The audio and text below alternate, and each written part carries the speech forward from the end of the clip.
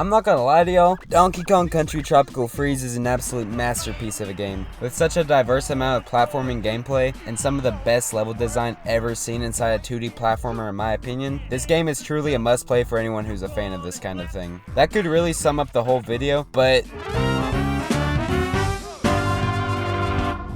there's a whole other side to this game. A side which you may or may not experience depending on how good you are. But it's a side full of pain and tears and red balloons. I knew this side very well. But even though I suffered when I played Donkey Kong Country Tropical Freeze, even though I died quite literally hundreds of times, even though I feel like I left part of my sanity in this game and I'm probably never going to get it back, I still would go back and play it again. Ladies and gentlemen, this is a review of the series where I review a multitude of different games, whether old or new. Well, I guess just like new-ish. Since it's been like a decade since this game came out, I feel like I can give spoilers now. If you don't want the game spoiled for you, my apologies, but okay, here we go. The plot of Tropical Freeze was relatively simple. When you first boot up the game, you choose your save file, you choose your controls. Default is the best. And then you load into this cutscene where all the Kongs are about to celebrate DK's birthday. They're all chilling, about to enjoy this banana cake, and then all of a sudden the Snowmads come up. Fitting name considering they like snow and they look mad.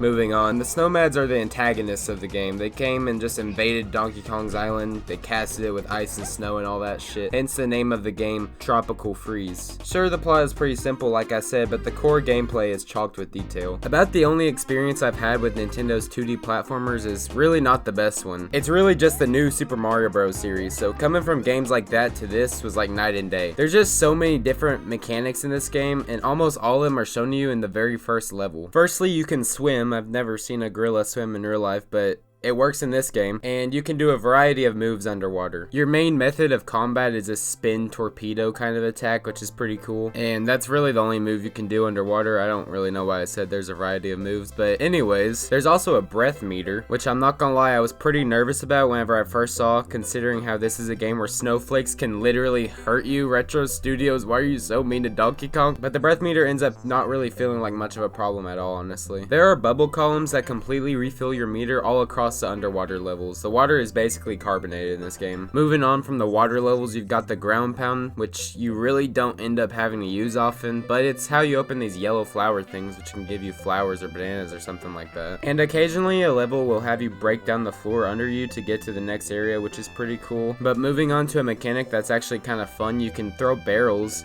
Usually this is used more as a combat move because they just one-shot literally anybody. And you can also throw the barrels if the other Kongs are inside, because why the hell not? Speaking of the other Kongs, yeah, they exist, I guess. Throughout each level, you'll find these barrels with the Kong's name on them. Usually, you can choose whichever one you like, Diddy Kong, Dixie Kong, or Cranky Kong. Each one has their own unique ability. For Diddy Kong, his ability is being a disappointment. Look, I'm sorry, alright, but for being such an iconic character, this is rough. He gets this dinky little jetpack that keeps you in the air for like an extra second, no added height or anything. It specifically only lets you travel a slightly farther distance, but hey, at least he's in Mario Kart, which is something neither of the other Kongs can say. Then there's Dixie Kong, and apparently Donkey Kong Country Tropical Freeze was her first return to a Donkey Kong game in like 17 years. And so Retro Studios lost their damn minds. I want you to picture something. Picture Diddy Kong if Diddy Kong was actually good. You've got that image in your mind? That's Dixie Kong for you. She is the go-to out of all the Kongs for sure. Maybe even a little overpowered. She basically turns her hair into like helicopter blades and can hover and then fly up a little bit. It sounds anticlimactic, I know, but trust me, this is so good. I couldn't count how many times her abilities saved my ass since I absolutely suck at platforming. And then there's Cranky Kong, who's, in my opinion, the most fun out of the three Kongs. Since he's old as hell, he's got this magical cane and it acts like a pogo stick. You can completely avoid spikes by bouncing off them and move really, really fast once you gain some momentum. But even though he's the most fun of the three Kongs, there's just really not that much of a point in picking him when the queen is right there. He's also definitely a con artist because I didn't see him cranky one time throughout the whole game. But yeah, I'm not gonna lie, there are definitely some balancing issues between the three Kongs. But that's one of the only issues I found with this entire game. It's just something I hope Retro Studios works on in their next Donkey Kong title, if that even exists. I thought GTA 6 was a long wait, but my god. Honestly, the biggest benefit gained from having one of the Kongs really is just the 2 extra hearts you get from having them. And that's about it for the 3 normal Kongs, but There is another one. Jesus Christ, why are you here? And they made a whole mode for you? Funky mode? What does that even mean? Yeah, funky mode is just easy mode, I'm not gonna lie. Remember how I implied that Retro Studios went insane with the creation of Dixie Kong? They literally went insane with the creation of Funky Kong. Can't quite make it up on that high platform? It's fine. Funky Kong can double jump. Need to glide across the air for some reason? Funky Kong can do that. Been underwater for a while and starting to run out of breath? No, you're not. Funky Kong doesn't need oxygen. Oh, and he can surf across spikes, and he's got 3 extra hearts, and you can skip levels if they're too hard. Funky Kong would never work in the regular base mode. He's just too damn funky. I can't believe I just said that. But funky mode was only a feature added to Tropical Freeze's port to the Nintendo Switch. But really, it probably should have been a feature since the game's original launch. I just can't really imagine a lot of casuals being able to play this game and enjoy it without an easy mode like this. I mean, throwing like a little 5-year-old kid straight into Donkey Kong Country Tropical Freeze would be like throwing a little 5-year-old kid on a bike without training wheels. It really might not be the best idea, especially if you value the structural integrity of your Nintendo Switch controllers. And with those controllers or Joy-Cons, you can play this game co-op. I'm glad it's here. It's a fine addition, but it really doesn't make the game much easier. If anything, it just makes it harder. But you can even play with just one singular Joy-Con horizontally. Good luck with that. But whether you're playing as Donkey Kong or Funky Kong, the levels you traverse are still the same. The level design is top notch. What can I say that I haven't already said? The backgrounds mesh together with the foreground of these 2D levels very well. You may be doing your platforming stuff, you know, jumping from trees and shit, and in the background there will be a part of the level you haven't even gotten to yet. You can be going through a level, but once you find one of these launching barrels, there's no telling where you're going next. Sometimes when you're traveling through these barrels, you still have to use some skill, some good timing. There is literally no place in this game where you are completely safe. And you'll also go through these crazy barrel sequences where the game changes from like 2D to 3D and it looks really cool. They're like mini cutscenes almost. I remember in one level you're flying through these barrels and you end up hitting this big tree. When you hit the big tree, a big nut falls out and then all of a sudden you have to run away from it. It was a very creative way of turning the level into like a side scroller halfway through, and the actions that happen throughout the levels causes more things to happen. Everything connects, and that's the kind of stuff I've only really seen in this game. Compared to something like 2D Mario, games which often have 8 or so worlds, Donkey Kong Country Tropical Freeze only has 6. They obviously chose quality over quantity, and it worked out pretty well in my opinion. Each level was carefully thought out, some of them having their own enemies that are unique and really only found in that level. Like this level had a lot of these glowing jellyfish, and this one had these fire warthog things that while they were trying to kill me, still seemed cooler to have as a companion than Diddy Kong. And then there will be some levels that feel like they come with their own little boss fights. In this one, there's this giant squid who you just pissed off and is trying to kill you throughout the majority of the level. This one, you're on a rocket having to avoid this penguin-controlled claw machine robot-looking thing. Some levels have vines you can swing from. Some levels have grass that you can cling onto and grab. Some focus more on platforming and timing. Some focus more on combat. The levels are all very much diverse. And because of this diversity, the game flows very well. You hear people talk about the pacing of movies all the time. Well, let me tell you, if video game pacing is a thing, then Donkey Kong Country Tropical Freeze has that shit down to a T. The game is always finding ways to switch itself up across its levels. If you've gone through 2 levels of platforming back to back, you're probably about to get a level where you're mostly on a rhino, or maybe you're in a minecart, or maybe you're on a giant snowball, or maybe perhaps you're on a rocket. Yep, there are levels here with vehicles. We're gonna pretend like a rhino is a vehicle as well. They're scattered throughout the entire game. You may find a couple per world, and they always feel like a breath of fresh air. Still can be very, very challenging, don't get it twisted, but a temporary change in the gameplay really keeps things interesting. You can even buy this vehicle protection heart with your banana coins. It's kind of like car insurance. It's kind of useless. With the amount of times I'm falling into the void, some extra protection of the vehicle I'm on doesn't do much. But anyways, minecart levels are the most simple of the bunch usually, but also can be very challenging, even though all you really have to do is press the jump button. Rocket levels are a little more fun in my opinion. The rocket controls like Flappy Bird and looks like it's gonna fall apart. The most fun vehicle levels by far though are the rhino ones. They put these big ass stones in that were designed to be smashed. They even have the rhino's face on them, and you can kill almost everything. The rhino doesn't discriminate, and somehow,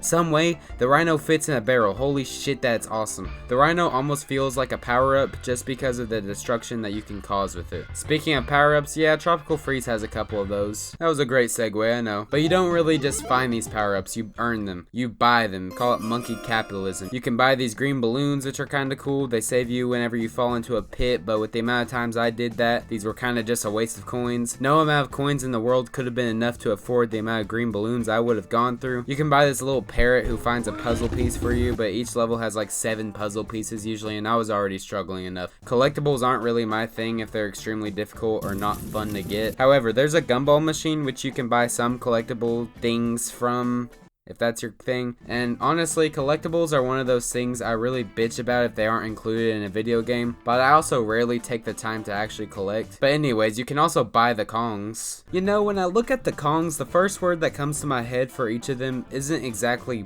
buy, but apparently Funky Kong thinks otherwise. Why are we objectifying monkeys? Only one of them deserves that. But besides them, then there's also blue balloons you can buy, which lets you breathe infinitely underwater, which is definitely a must-have item when you're playing as Funky Kong. But honestly, this item alongside the crash guard I mentioned earlier, both suffer from a very similar issue. See, you can't just use an item when you're in the middle of a level. You have to choose what items you are going to bring with you into that level before you even start it. While the 3D map Donkey Kong walks on to travel from level to level is very detailed, if this is your first time playing, you're not really going to know if the level you're playing on is fully underwater, or if it's a rhino level or vehicle level or not. Once you've learned that information, it'll be too late to use the item unless you want to wipe all your checkpoint progress or you lose all your lives. These items are fine as they are, but they suffer from how items as a whole work in this game. With that being said, the only reason I ever even used any of these items was to get gameplay footage of them. But even with these small little nitpicks, honestly, these little issues don't really impact the actual gameplay that much. And I know this video is already longer than the 2 other videos I have up on this channel, but we're getting near the end now. You know, there's only 2 more things I want to talk about. I want to cover the themes for each of the 6 worlds and the boss fights at the end of those worlds. We're really getting into spoiler territory now, if that even matters. The first world is Lost Mangroves, an island covered in plane wreckage, which of course is implemented into the level design. It's a pretty simple world, but it does the job well. If the first world in your platforming game isn't grass, then you're doing a pretty damn creative job, honestly. The boss battle for it is the most simple of them all, but why wouldn't it be? He's this giant seal who's decked out in Snowman merch. He'll slide down this half pipe you're standing on, and all you gotta do is jump on his back a few times and he's taken care of. He'll throw some fish up on the half pipe and some urchins. He'll do a barrel roll instead of his regular slide. Some penguins get thrown into the mix. He has a pretty wide and diverse amount of attacks, and his attacks get more and more dangerous as you get closer and closer to finishing him off, which really sets a tone for how boss fights will work throughout the rest of this game. They all have 3 stages of progression to them, each one harder than the last. Once you finish being that endangered animal's ass, you move on to World 2. Autumn Heights. Very pretty level design, but this theme is quite similar to the one in World 1. And I'm not just saying that because both of these have trees. But yeah, very beautiful level design. Your main enemies are going to be these flying owls that are very fun to jump on. And then the boss is just a big ass owl. His attacks are really cool. This boss fight was what really made me recognize the creativity that was poured into this game. He throws these feathers at you that act like knives. Sometimes he throws them in a way that forces you to jump off the platform and into a barrel. He does this little dash attack. He launches balls of ice at you. He attempts to weaponize his offspring against a cartoon monkey, something I can confidently say no other boss in this game does. But it's pretty cool because that ends up being the main way you combat him, by throwing his children at him. Overall, for his unique attacks compared to the other bosses, I rank the Big Owl pretty highly. For a boss in just World 2, he's pretty difficult but also pretty badass. World 3's theme is the Savannah, probably one of my favorite themes, honestly. There's some really cool levels here, like this one where you climb across these painted giraffes. The final boss for this one are 3 hammer-wielding monkeys. Yeah, you can take them out by simply rolling and jumping on them at times, but there's also other mechanics at play here, like throwing bombs. Once there's only 1 monkey left because you bombed his 2 friends, he brings them back in ghost form. What the hell is going on? You can probably see by now that the creativity in this game is on another level. World 4 is the water world. Normally, I'm not the biggest fan of water levels, I'm gonna be honest, but Donkey Kong's swimming controls are done actually really well, so it's a really good time. Water levels can be some of the worst levels known to mankind, but at least they are undefeated when it comes to that music. To be honest with you, that's probably what's going to play in the background of the majority of this video. But the boss for this world is a little lame compared to the previous ones. I don't know, I just feel like there's just so much more potential for the climax of the underwater world than this spiky pufferfish thing. I want to see a gorilla fight a shark, damn it. But anyways, he's pretty easy compared to the other bosses too. Out of all the bosses in this game, he's the one I could most likely beat in a fight in person. Just saying. At least the area you fight him in is very aesthetically pleasing though. World 5 is the second to last world, and the level design inside of it has not slowed down a bit. This is home to one of my favorite levels, where you traverse through a fruit factory across conveyor belts and dodge these giant fruit cutting knives. Again, some really creative stuff here. Take a shot every time I've said that. As you progress through World 5, this jungle sort of gets colder and colder, and the boss ends up being a polar bear. I don't think they normally live here, but we're just gonna keep going with it. He's really cool. The drip levels are off the chart. He's got this giant spiky hammer thing, and he's the only boss here who's actually in the right. He doesn't try and throw his offspring at you, unlike some bosses. All he was really doing was minding his own business with some popsicle, and Donkey Kong's big ass had to come on through and knock the bear's popsicle into the water.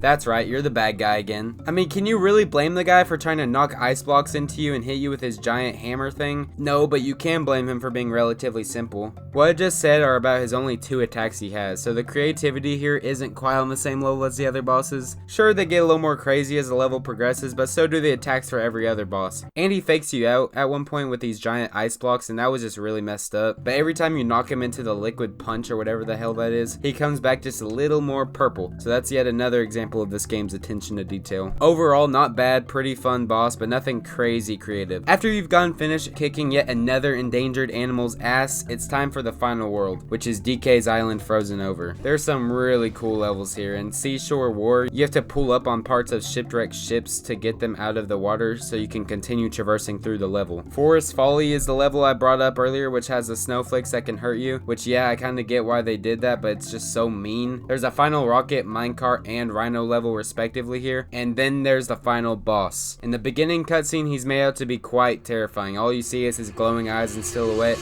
and then he ends up looking like this. My oh my, he's got a gut. And one of the core parts of the boss fight is throwing penguins at him when he stops shuffling to catch his breath. I should have expected this. I mean, his name's Frederick, but do some Pilates or something. And to be honest, I'm only being this mean because Frederick kicked my ass. It took me a solid couple of hours to beat him. The man was sending these giant ice dragons at me. The man was launching a bunch of these penguins at me. The man was emoting on me. His moves almost feel like a combination of many of the other boss's moves. He throws eggs at you from above just like the owl. He slides and runs to attack you just like almost every other boss in the entire game. But even though it was a headache for me to beat him, it all felt worth it when the final cutscene activated. The Kongs throw that buffoon onto one of his ships and they just start riding down this flower trail. It kind of reminded me of one of those trails you'd find at the end of one of those old Roblox obbies.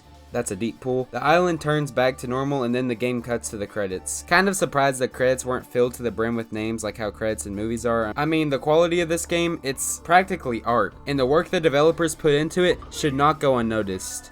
And yet it almost did. Because of this game's launch on the Wii U, sales numbers were not all that impressive. I mean, I suppose they were for Wii U standards, but those are Wii U standards. It would have been a travesty if this game was locked to that console, but its port to the Nintendo Switch gave it another life. Total Donkey Kong Country Tropical Freeze sales on the Switch were over double what they originally were on the Wii U. I guess we could thank Funky Kong for this. But even though Funky Mode was about the only thing the Switch port added, it really didn't need to add much to the first game. The game is already chock full of content. Each level has multiple stages to it. Each boss fight has multiple stages to it. There's replayability in every level thanks to the collectible letters and puzzle pieces hidden throughout them. With those collectibles, you can unlock some late game stuff here as well. Late game stuff I can't comment much on because quite frankly, I could barely even beat the base game. There's no way I would have ever tried whatever the hell Retro Studios calls hard mode, which is something you unlock after collecting all of the Kong letters in each level and completing the challenge levels, which is something else I will not be attempting. The gameplay is just straight off YouTube, I'm gonna be honest. Some have called me a wuss, and they may have a point, but it was just a challenge of a game. Maybe one of the hardest I've ever played up to this point, but I've mainly played Call of Duty and Mario games in the past, so this really isn't saying much. The game is nearly perfect, but it has enough little nitpicks for me to just take 1 point off of its overall score, bringing it down to a 9 out of 10. If anyone is annoyed at this game's rating, allow me to redirect your anger towards someone else. GameSpot. GameSpot originally rated this game a 6 out of 10. Who the hell do they think they are? Even Anthony Fantano wouldn't do that. I guess they redeemed themselves though because they gave the Switch port a 9 out of 10. I guess Funky Mode was really that big of a deal. But that's about it for this episode of a review of. I hope you enjoyed it. A lot of hard work and effort went into the making of this. And if you like work and effort, you should definitely hit that big red button. That's it from me. See y'all later.